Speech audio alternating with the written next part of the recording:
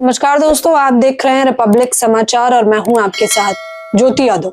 जहां एक तरफ पश्चिम बंगाल की मुख्यमंत्री ममता बनर्जी ने एसआईआर के खिलाफ न केवल मोर्चा खोला हुआ है बल्कि अब इस लड़ाई की कमान अपने हाथ में ही ले ली है। वो सर्वोच्च न्यायालय जाकर बतौर वकील बनकर सुप्रीम कोर्ट में न केवल दलील दे रही हैं बल्कि पोल पट्टी खोल रही हैं कि एसआईआर के नाम पर बीएलओस की भी जाने जा रही हैं और साथ ही साथ आम जनता का वोट काटा जा रहा है। लेकिन इस बीच में एक वीडियो जो फिर एसआईआर पर और चुनाव आयोग पर सवाल खड़ा कर रहा है कि क्या इसी प्रकार से निष्पक्ष स्वतंत्र चुनाव करवाने का दावा चुनाव आयुक्त करते हैं या चुनाव आयोग करता है।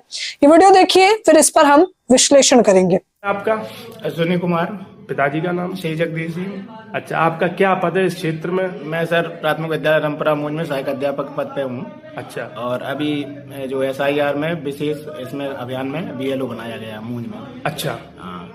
फिर आज आपके साथ क्या घटना हुई? आज मैं सर नगला चौपला से नोटिस बांट के घर नोटिस बांट रहा हूँ सर, एक सप्ताह से लगभग। हाँ। और मैं नगला अर्जू की तरफ जा रहा था। हाँ। मुगलपुरा नगला अर्जू के बीच में बाइक से मैं जा रहा था तो अचानक एक कार रुकी और उन्होंने, उसमें 3-4 लोग थे। कौन कौन था?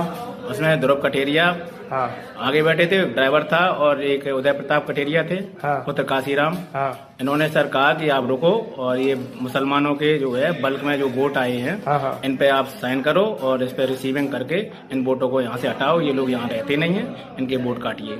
वो लोग यहाँ पे रहते हैं?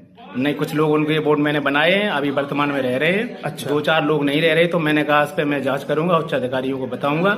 हाँ। और इन्होंने कहा कि नहीं अभी करो। तो मैंने कहा मैंने उसकी फोटो खींच ली। हाँ। तो इन्होंने कहा भोसड़ी कि तुमने मेरी कागजातों की या उसकी सरकारी डॉक्यूमेंट की कैसे फोटो खींची, इसे डिलीट कर।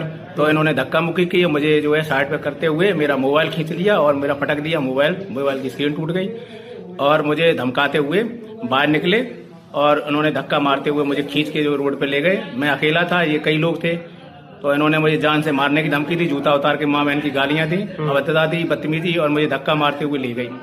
अच्छा, जूता भी उतारा? हाँ बिल्कुल, कई बार जूता मारने का प्रयास किया। अच्छा जी। फिर आपने क्या किया? मैं अकेला था, मैं क्या कर पाता, मेरा तो इस वीडियो में दिखाई दे रहे शख्स ने खुद बताया है कि उनका नाम अश्विनी कुमार है। ये इटावा के रहने वाले हैं और वहां पर बीएलओ का काम करते हैं।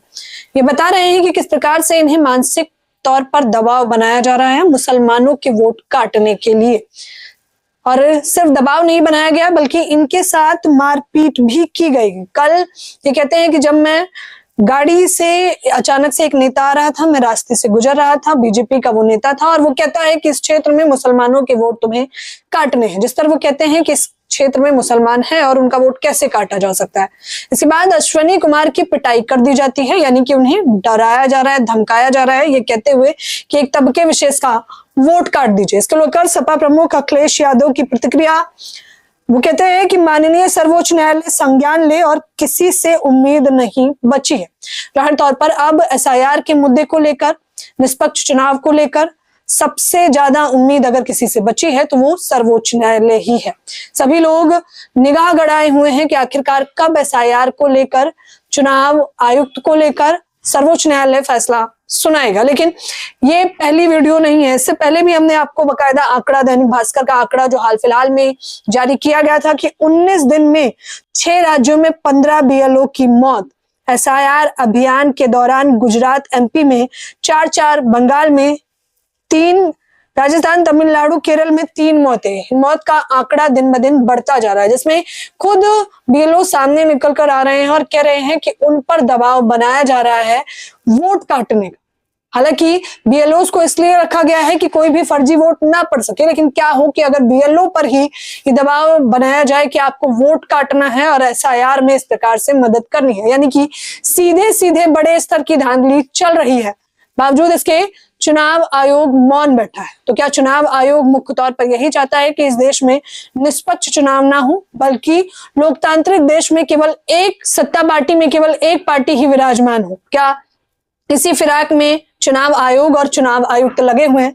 जाहिर तौर पर ये लाजमी सवाल है। इन वीडियोस को लोग लगातार शेयर कर रहे हैं। इसको लेकर एक वीडियो जब ममता बनर्जी का साझा करते हुए नेहा सिंह राठौर लिखती हैं कि सरकार का घमंड इस देश की बेटियां तोड़ेंगी, इस भ्रष्टाचारी सरकार से देश को बेटियां ही बचाएंगी, लिख कर ले लीजिए। जहां ममता बनर्जी ने लड़ाई खोली हुई है, तो वहीं दूसरी तरफ जब ये मामला सर्वोच्च न्यायालय में है, उस दौरान भी अगर बीएलओस की जान जा रही है तो एसआईआर के सच में हालात क्या बने हुए हैं, आप खुद समझदार। फिलहाल इस खबर के बारे में आप लोग भी मुझे अपनी राय जरूर दें। धन्यवाद।